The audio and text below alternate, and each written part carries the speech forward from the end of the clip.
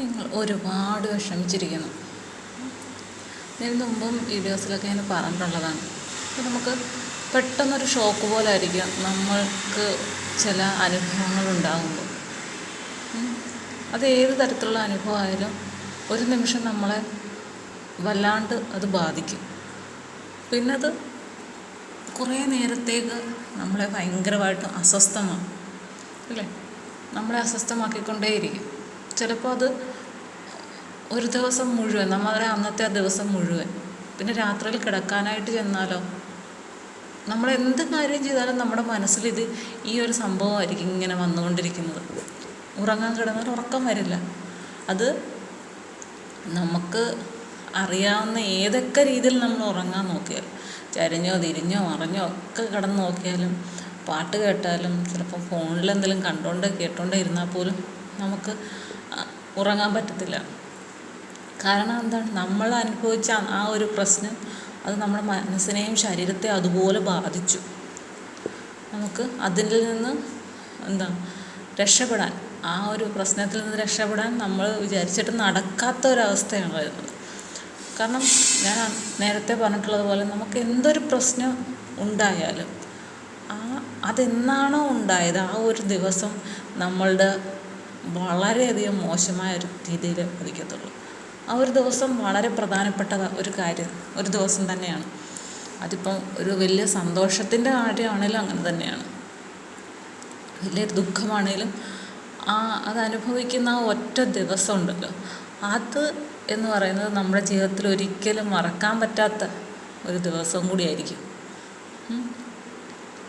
ചില പ്രശ്നങ്ങൾ നമുക്ക് കുറച്ച് നേരത്തെ കാര്യമുള്ളൂ. മറ്റെന്തെങ്കിലും ഒരു കാര്യത്തിലൊക്കെ നമ്മൾ ശ്രദ്ധിച്ചാലും ഒക്കെ നമ്മുടെ മനസ്സിൽ നിന്ന് പോകും. പക്ഷേ ചില പ്രശ്നങ്ങളാണെങ്കിലും എന്തൊക്കെ നമ്മൾ ചെയ്താലും നമ്മുടെ മൈൻഡിനെ മാറ്റാൻ ശ്രമിച്ചാലും നടക്കത്തില്ല. വീണ്ടും ഇതിങ്ങനെ ഓർത്തുകൊണ്ടേയിരിക്കും. അത് നമുക്ക് സ്വാഭാവികമായിട്ട് എല്ലാ മനുഷ്യരുടെയും പ്രശ്നങ്ങൾ തന്നെയാണ്. ആ ഒരു ദിവസം നമുക്ക് ഈ ഒരു അനുഭവം ആ ഒരു ദിവസം കടന്ന് കിട്ടിയാൽ നമ്മൾ രക്ഷപ്പെട്ടു. പക്ഷെ ആ ഒരു ദിവസം അങ്ങോട്ട് കടന്ന് കിട്ടാനാണ് പ്രയാസം. അപ്പം നമുക്ക് എന്തായാലും നമ്മൾ ജീവിക്കുന്നു, അല്ലേ? നമ്മളുടെ ജീവിതമാണ്. ആത്മഹത്യ ഒന്നിനും പരിഹാരമല്ല എന്നൊരു ക്യാപ്ഷനുമായിട്ട് പല സംഘടനകളും ഉണ്ടെങ്കിലും ചില സമയത്ത് നമ്മുടെ മനസ്സ് ആത്മഹത്യയിലേക്ക് ചിന്തിച്ചു പോകും. അതിനൊന്നും ആരെയും കുറ്റം പറയാൻ പറ്റില്ല. ഒരു ആത്മഹത്യയും ചെയ്തവരെ ഞാനൊരിക്കലും കുറ്റം പറയില്ല. കാരണം അവരുടെ പ്രശ്നം അവർക്ക് കൺട്രോൾ ചെയ്യാൻ പറ്റാത്തത് കൊണ്ടാണ്. എൻ്റെ വീടിനടുത്ത് ഒരു പെൺകൊച്ച് ഇങ്ങനെ പറഞ്ഞതാണ്. അവരുടെ അമ്മായിയമ്മയും മകനെയും തമ്മിൽ, മകൻ എന്ന് പറയുമ്പോൾ ആ പെൺകൊച്ചിൻ്റെ ഭർത്താവിൻ്റെ അനിയനും അവരുടെ അമ്മയും, അവർ മിക്കപ്പോഴും അവരെ ആ വീട്ടിലുണ്ടാവുള്ളൂ. അപ്പോൾ അവർ തമ്മിൽ മറ്റെന്തോ തരത്തിലുള്ള ബന്ധം ഉണ്ടെന്ന് പറഞ്ഞൊരു കൊച്ചുണ്ട് ഞങ്ങളുടെ നാട്ടിൽ. അപ്പോൾ ഞാനിങ്ങനെ ആലോചിക്കുകയായിരുന്നു, എന്ത് നിസ്സാരമായിട്ടാണ് ആ കുട്ടി, ആ പെങ്കൊച്ച് ഈ ഒരു കാര്യം പറഞ്ഞിരിക്കുന്നത്, അല്ലേ? എത്ര നിസ്സാരമായിട്ട് എന്തടിസ്ഥാനത്തിലാണ് പറഞ്ഞത്? അത് നമുക്കൊരിക്കലും അവരെ രണ്ടുപേരെ, ആ അമ്മയും മകനെയും കണ്ടു കഴിഞ്ഞാൽ ഒരിക്കലും നമുക്കത് ഉൾക്കൊള്ളാൻ പോലും പറ്റില്ല. ആ ഒരവസ്ഥയിലുള്ളവരാണ് അവർ രണ്ടുപേരും, ഞാൻ അറിഞ്ഞിടത്തോളം. പിന്നെ തലതിരിഞ്ഞ് ഇങ്ങനെയൊക്കെ കാണുന്ന ആൾക്കാരൊക്കെ ഉള്ള ലോകമാണിന്ന്. പക്ഷേ എല്ലാവരെയും ആ ഒരു കണ്ണിൽ കൂടെ കാണരുത്. അപ്പം ചിലർ പറയും, നമുക്ക് നമ്മളെ എത്ര ദ്രോഹിച്ചാലും അവർക്കുള്ളൊരു ഇത് വരും, അവർ ആക്കാനുള്ള അനുഭവം കിട്ടും. ശരിയാണ്. അത് പക്ഷേ ചിലപ്പോൾ നമ്മൾ കാണാതായിരിക്കും അവർക്ക് ആ ഒരു അനുഭവം കിട്ടുന്നത്. പക്ഷേ എന്തെങ്കിലും ഒരു തിരിച്ചടി അവർക്ക് ഉണ്ടാകുന്നുണ്ട്. അപ്പോൾ ആ പെൺകുട്ടി അങ്ങനെ പറഞ്ഞു, അത് ആ അമ്മയും മകനും അറിയുകയാണെങ്കിൽ ഉള്ള അവസ്ഥ എന്താണ്? അങ്ങനെയുള്ള ആളുകളല്ല അവർ. പക്ഷെ ആ പെൺകുട്ടിക്ക് എന്തോ ഒരു സുഖം കിട്ടിയോ അങ്ങനെ പറഞ്ഞപ്പോഴേക്കും? എന്ത് സുഖമാണ് കിട്ടുന്നത്? നാളെ വേണമെങ്കിൽ പറയാം, ഈ പെൺകുട്ടിയുടെ നേരെ നീയും നിൻ്റെ അച്ഛനും തമ്മിൽ മോശമായൊരു ബന്ധമുണ്ട് എന്ന് ഈ പെൺകുട്ടിയുടെ നേരെ വിരൽ ചൂണ്ടിക്കൊണ്ട് ഒരാൾ സംസാരിച്ച് നോക്കി, അന്ന് അവൾക്ക് ആ വേദന മനസ്സിലാവുകയുള്ളൂ അല്ലേ.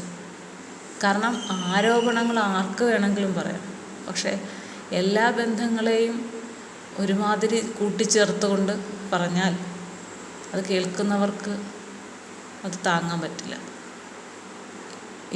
ഇതൊക്കെ ഉള്ളൊരു സംഭവമൊക്കെ കഴിഞ്ഞതിന് ശേഷം കുറേ നാളിന് ശേഷം ആ കൊച്ചൻ ആത്മഹത്യ ചെയ്തു. അതൊന്ന് ജീവനോടില്ല. അത് എന്തുകൊണ്ടാണ് അത് ആത്മഹത്യ ചെയ്തത്? എന്താണ് കാരണം അറിയില്ല. പക്ഷേ അത് ചിലർക്കെങ്കിലും ഒരു ഇത് തോന്നും, എന്താവാം കാരണം എന്നുള്ളത്. അമ്മ എന്ന് പറയുന്നത് നമുക്ക് ജന്മം തന്ന ഒരു വലിയ ആൾ തന്നെയാണ് അല്ലേ. അമ്മ മക്കളെ വളർത്തുന്നു. അതെന്തൊക്കെ പ്രതീക്ഷകളും സ്വപ്നങ്ങളും കാണും. ഒരമ്മയും വിചാരിക്കില്ല തൻ്റെ മക്കൾ മോശമായൊരവസ്ഥയിൽ വളരണമെന്നോ വഴിതെറ്റിപ്പോണമെന്നോ ഒന്നും ഒരമ്മയും വിചാരിക്കില്ല.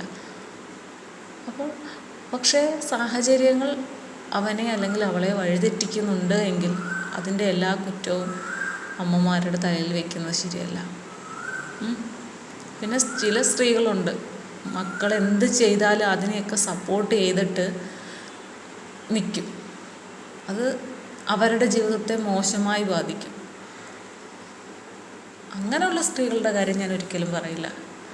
കാരണം ഞങ്ങളുടെ നാട്ടിൽ കഴിഞ്ഞ ദിവസം ഒരു ചേച്ചിയുടെ വീട്ടിൽ വന്നപ്പോൾ ഇങ്ങനെ പറയുകയാണ്. അത് അവരുടെ വീടിനടുത്തുള്ളൊരു ചേച്ചി മക്കളൊക്കെ ഉണ്ട്. മക്കൾ മോശം രീതിയിലൊക്കെയുള്ള സഞ്ചാരമാണ്. അപ്പം പോലീസുകാരൊക്കെ തിരക്കി വരുന്നുണ്ട്. അപ്പം പോലീസുകാർ പറഞ്ഞത് എന്താണ്, ആ സ്ത്രീയെ കൊള്ളില്ല, അതുകൊണ്ടാണ് അവരുടെ മക്കളും അങ്ങനെ. കാരണം മക്കൾ എന്ത് ചെയ്താലും സപ്പോർട്ട് ചെയ്യുന്ന ഒരു സ്ത്രീയാണ് ആ അമ്മ എന്ന് പറഞ്ഞത്. ശരിയാണ്. അതുമുണ്ട്, അങ്ങനത്തെ ആളുകളുമുണ്ട് അല്ലേ. ചിലപ്പോൾ ഇങ്ങനെയുള്ള സ്ത്രീകളും അവരുടെ കുട്ടികളും കാരണം നിരപരാധികളായ കുറേ ആളുകൾ ആവശ്യമില്ലാത്ത ഓരോന്നിലും വന്ന് പെടാറുണ്ട്. എന്തിനു വേണ്ടിയിട്ട് ഇങ്ങനെയൊക്കെ ഒരു കാര്യം ചെയ്ത് ചിലപ്പം പണത്തിന് വേണ്ടിയിട്ടായിരിക്കും. ഇന്നലെ ന്യൂസിനകത്ത് കിടക്കുന്നുണ്ട്, അതായത് മയക്കുമരുന്നോ അങ്ങനെയുള്ള ലഹരി വസ്തുക്കളോ വിറ്റിട്ട് നേടിയ പണം കൊണ്ട് നിർമ്മിച്ച വീടാണെങ്കിലും അതും നശിപ്പിക്കും എന്നുള്ള രീതിയിൽ പറഞ്ഞിരിക്കുന്ന ഒരു ഡയലോഗുണ്ട്. തീർച്ചയായിട്ടും എന്തിനീ ലഹരി ഇത് മോശമാണെന്ന് അറിഞ്ഞുകൊണ്ട് എന്തിനാണ് അതിന് വേണ്ടിയിട്ട് ഓരോ കാര്യങ്ങൾ ചെയ്യുന്നതും വിൽക്കുന്നതും ഒക്കെ? പണം പെട്ടെന്ന് സമ്പാദിക്കാമെന്നുള്ളത്. ഇച്ചിരി റിസ്ക് ഉണ്ടെങ്കിലും പണം പെട്ടെന്ന് കിട്ടും. എന്തിനു വേണ്ടിയിട്ടാണ് ഈ പണം സമ്പാദിക്കുന്നത്? വലിയ വീട് വെച്ച് ആഡംബരമൊക്കെ കാണിച്ച് സുഖമായിട്ട് ജീവിക്കാം. അപ്പോൾ ആ ജീവിതം ഉണ്ടാവില്ല എന്ന് ബോധ്യപ്പെട്ടാൽ ഒരാളും ആ രീതിയിൽ പോവില്ല. നേർവഴിക്ക് എത്ര മാർഗങ്ങളുണ്ട് പണം സമ്പാദിക്കാൻ. അങ്ങനെ സമ്പാദിച്ചാൽ സമാധാനമായിട്ട് ജീവിക്കെങ്കിലും ചെയ്യരുതോ? ഒരു കേസിൽ പെട്ടു പോയി കഴിഞ്ഞാൽ പിന്നെ എപ്പോഴും ഒരു നോട്ടപ്പുള്ളി തന്നെ ആയിരിക്കും സമൂഹത്തിനും പോലീസുകാർക്കും. പിന്നീട് എത്രയൊക്കെ മായ്ച്ചു കളഞ്ഞാലും ചില ഇതൊന്നും നമ്മുടെ പേരിൽ നിന്ന് പോവുകയില്ല. ഒരിക്കലും സമാധാനം കിട്ടില്ല. കേസിൽ പെടുന്ന ആൾക്കും കിട്ടില്ല, അവരുടെ വീട്ടുകാർക്കും കിട്ടില്ല. അങ്ങനെ ജീവിതം മൊത്തം നരകിച്ച് ഓരോ നിമിഷം പേടിച്ച് ജീവിക്കേണ്ടി വരും. ചിലപ്പം വലിയ സന്തോഷമായിട്ട് ഒരു ഫംഗ്ഷനിൽ പങ്കെടുക്കുമ്പോഴായിരിക്കും ചിലപ്പോൾ അവിടുന്ന് വന്ന് പോലീസുകാർ തിരക്കുന്നത്. തീർന്നില്ലേ? അത്ര ആൾക്കാരുടെ മുന്നിൽ വെച്ച് ഉണ്ടാകുന്നൊരനുഭവം.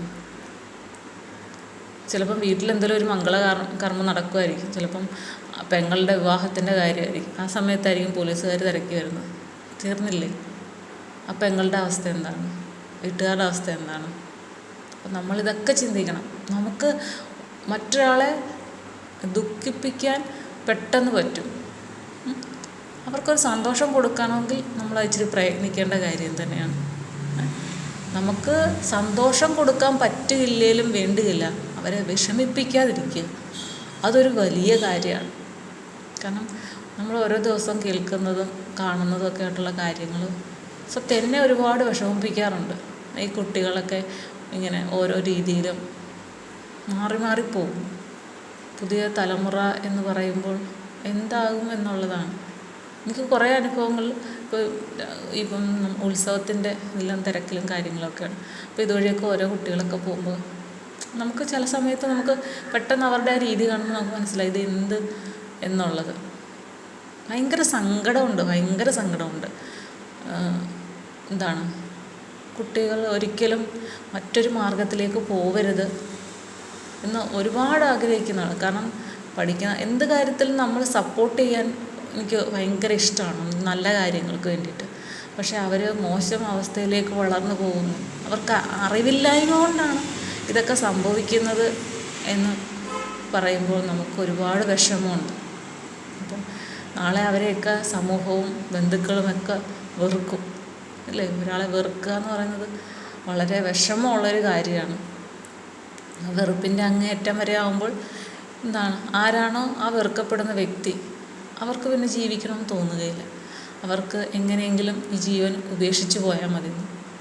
അങ്ങനെ ഉപേക്ഷിച്ച് പോയാൽ ഏറ്റവും വലിയ നഷ്ടം അത്രയും വളർത്തി വലുതാക്കാൻ പാടുപെട്ട അച്ഛനും അമ്മയ്ക്കും തന്നെയാണ്. അപ്പോൾ ആരെങ്കിലുമൊക്കെ എവിടെയെങ്കിലുമൊക്കെ വെറുക്കപ്പെട്ടു പോയവളാണ് എന്ന് കരുതിയിരിക്കുന്നുണ്ടെങ്കിൽ നിങ്ങളാരും വിഷമിക്കേണ്ട. ആ ഒരു കാര്യത്തിൽ നിങ്ങളെ നന്നാക്കാൻ ശ്രമിച്ചാൽ മാത്രം മതി.